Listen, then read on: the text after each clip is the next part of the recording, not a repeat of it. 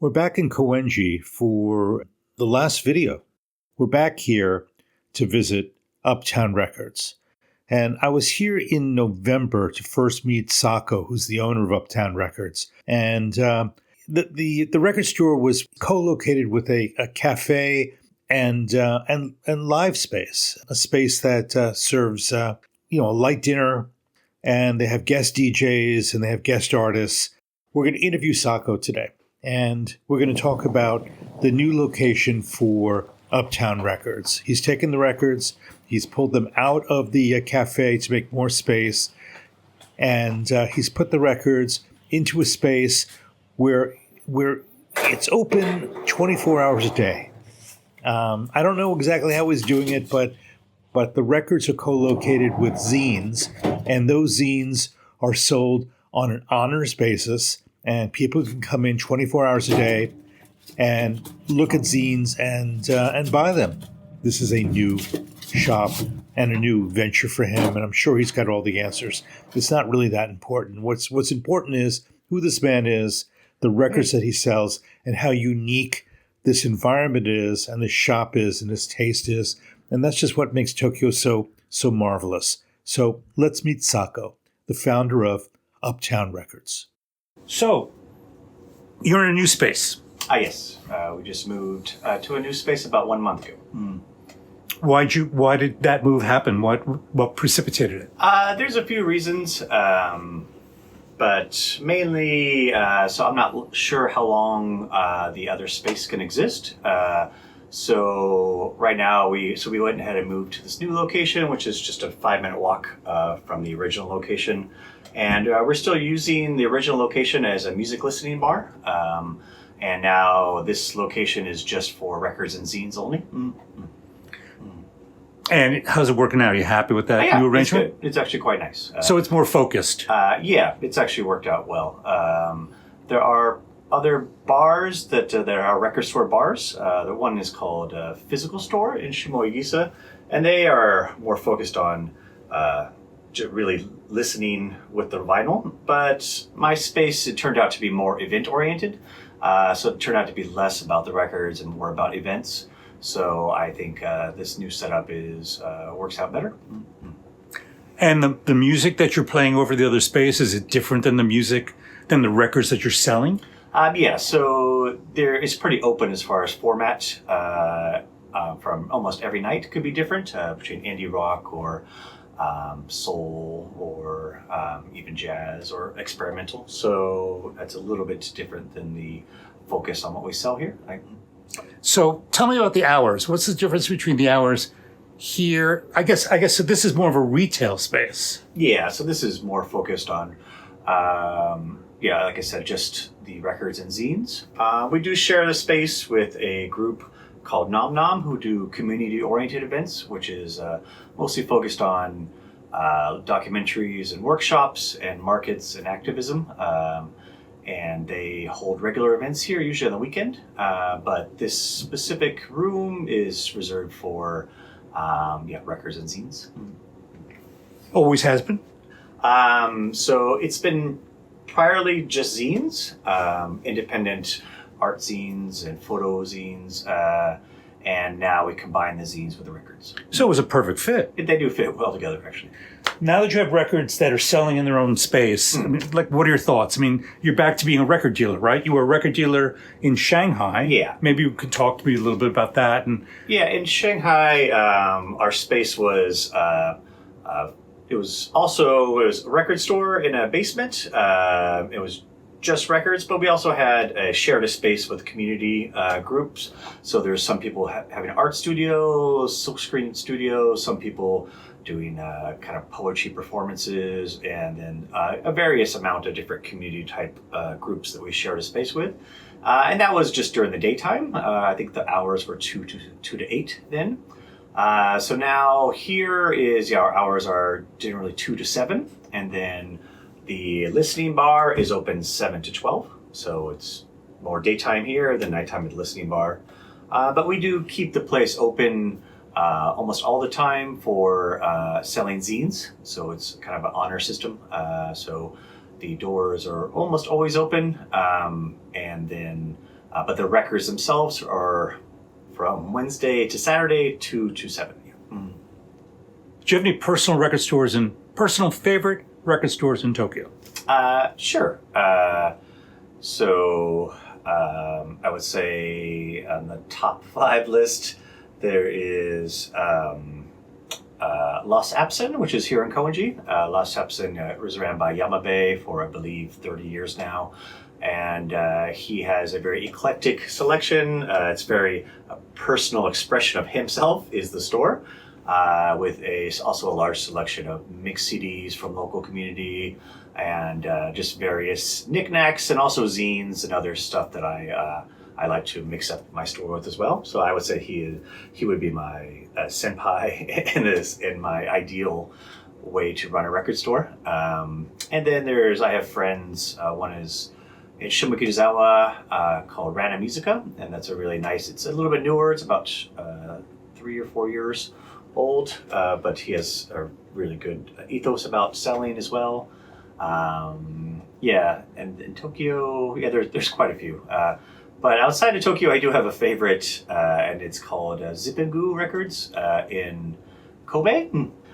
He doesn't sell online, and he's only open for like 3 hours a day. And he has an amazing selection of Japanese new wave, 80s, also krautrock and post-punk and other such things that are also a pretty much expression of him, the seller, or sorry, the owner of the store. Mm-hmm.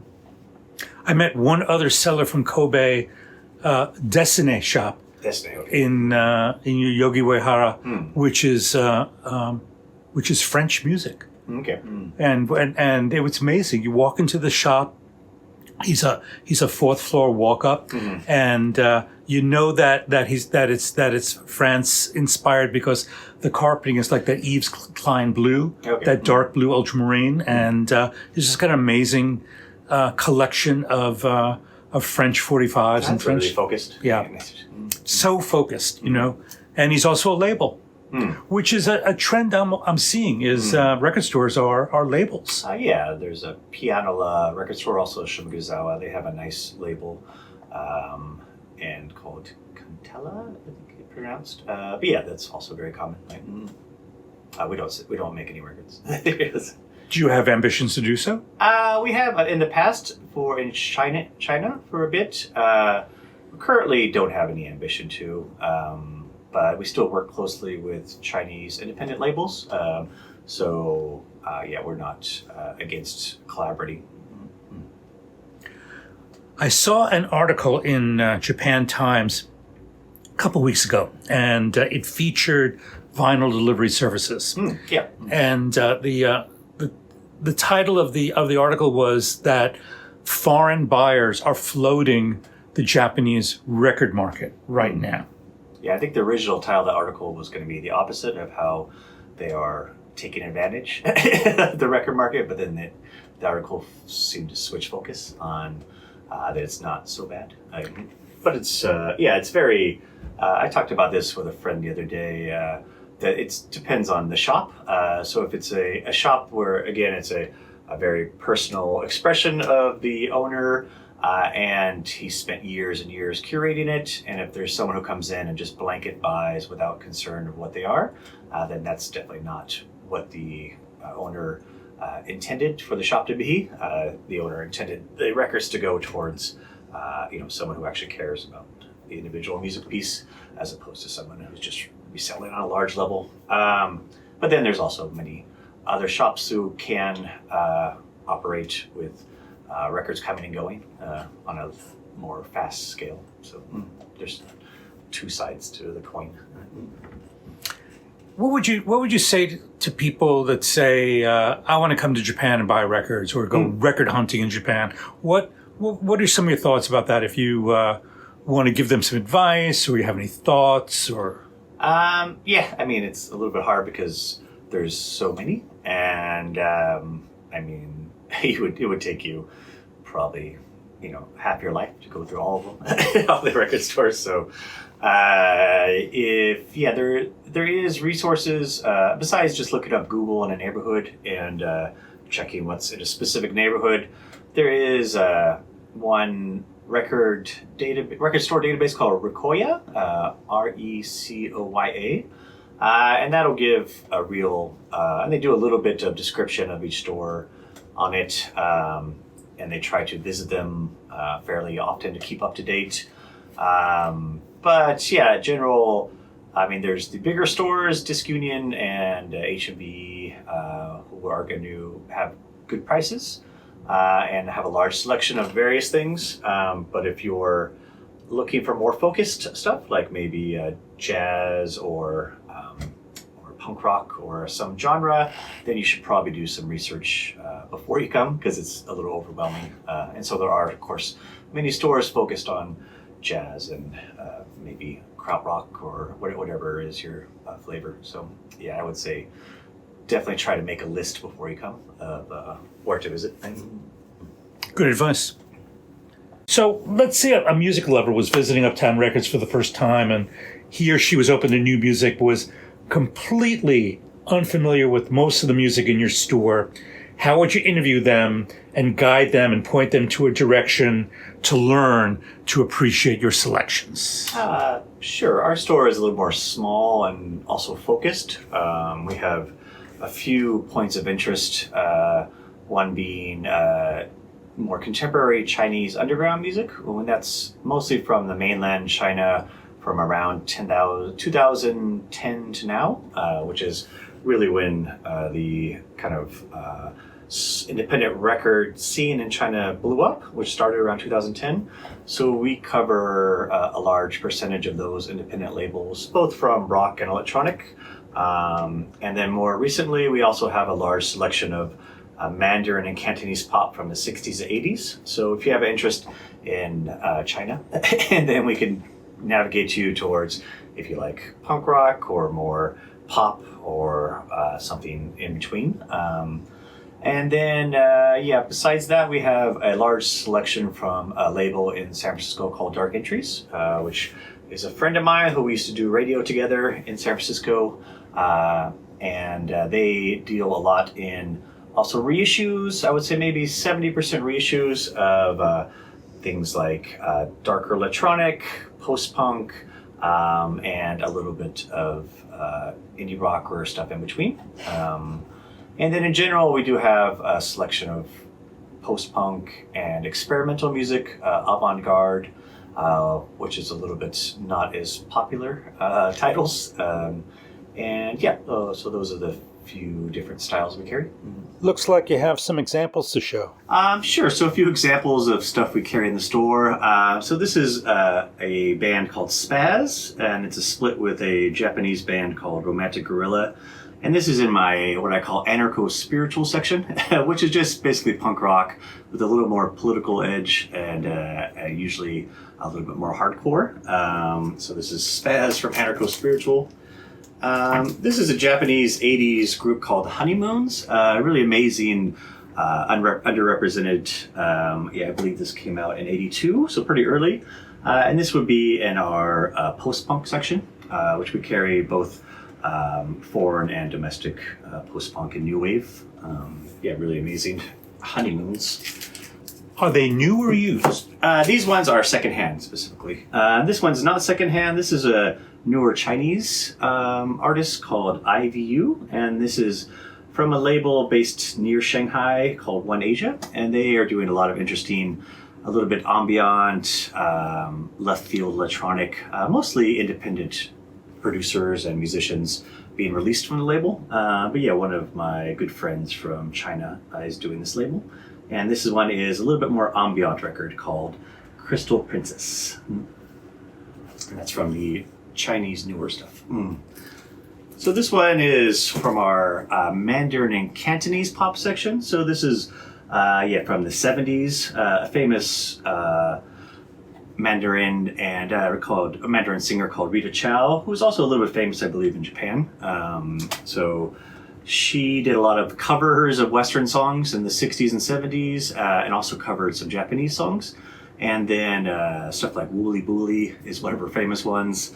But really great singer. And so we have a large selection of kind of Mandarin Cantonese pop in this vein, mostly from 70s with a little bit of 80s.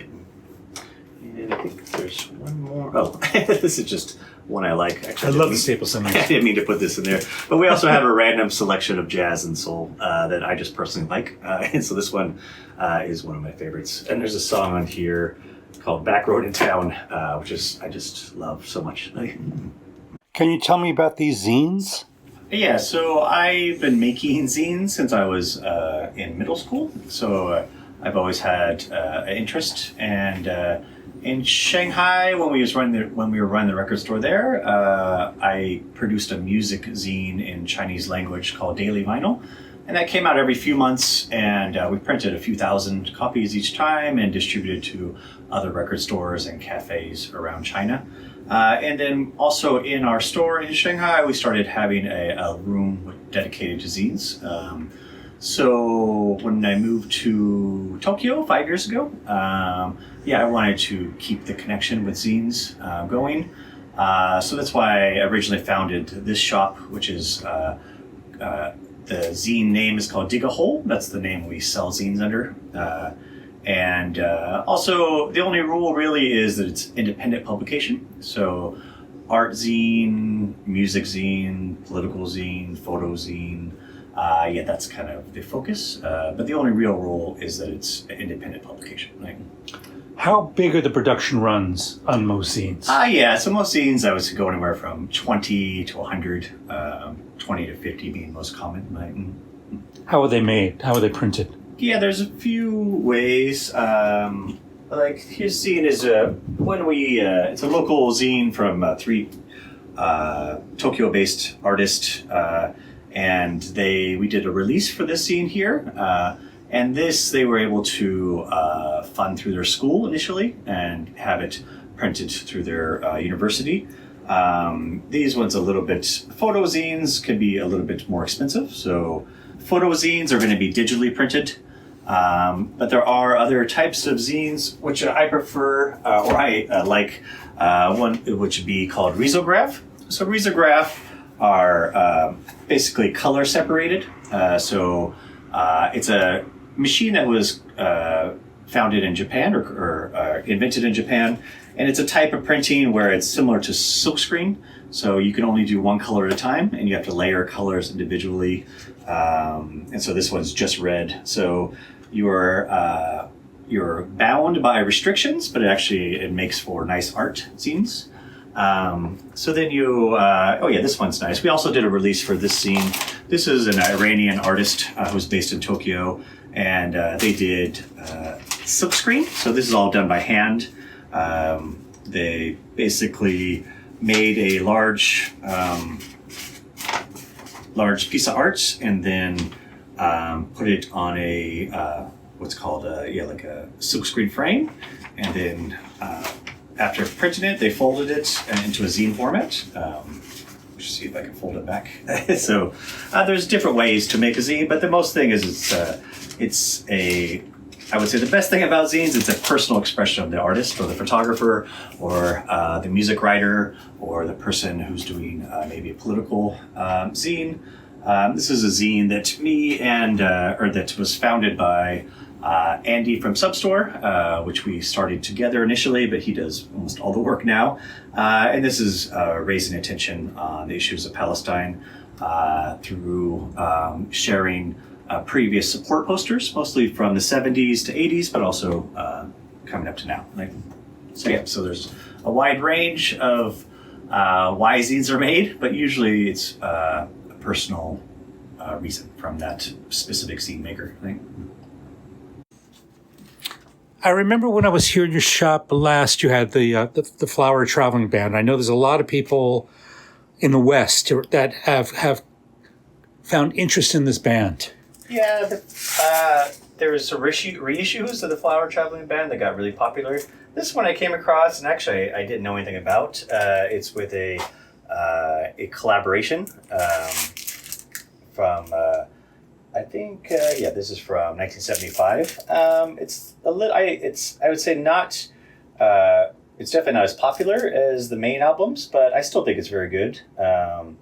So I don't know too much about the actual artist Joe that it collaboration with, but yeah, it's just a nice 70s psych record. that you can actually find for a decent price. So you don't really have sections here. Everything is kind of We do have sections. Yeah. okay. So that would be more in our rock, psychedelic, and 70s, 60s, 70s rock, krautrock section.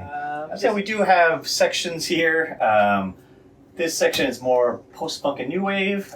Here's a band, Stiffle of Fingers, Peel Sessions, which actually I love almost anything from Peel Sessions. They're always a little bit more raw recordings.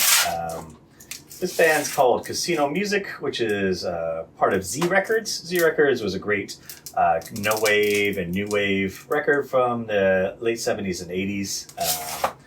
This is more indie rock. On this side, this is my friend Rob Noyes, who is was originally from America, but based in Tokyo now, who does amazing instrumental guitar. So more indie rock on this side. And then this is assorted singles. So there's different sections. And we actually have a new section of 7 inches. So before I didn't have a 45 section, so I just starting, which I'm very excited about. This record I actually found in Hong Kong, and it's a Japanese band called Pale Cocoon that was recently reissued from Pianola Records in Shimoguzawa. But they had a 7-inch and a 10-inch and a tape, but this is a picture disc 7-inch, and I found it in a Hong Kong random secondhand shop. So it went from Japan went from Japan to Hong Kong for maybe Hong Kong for 40 years, and now back in.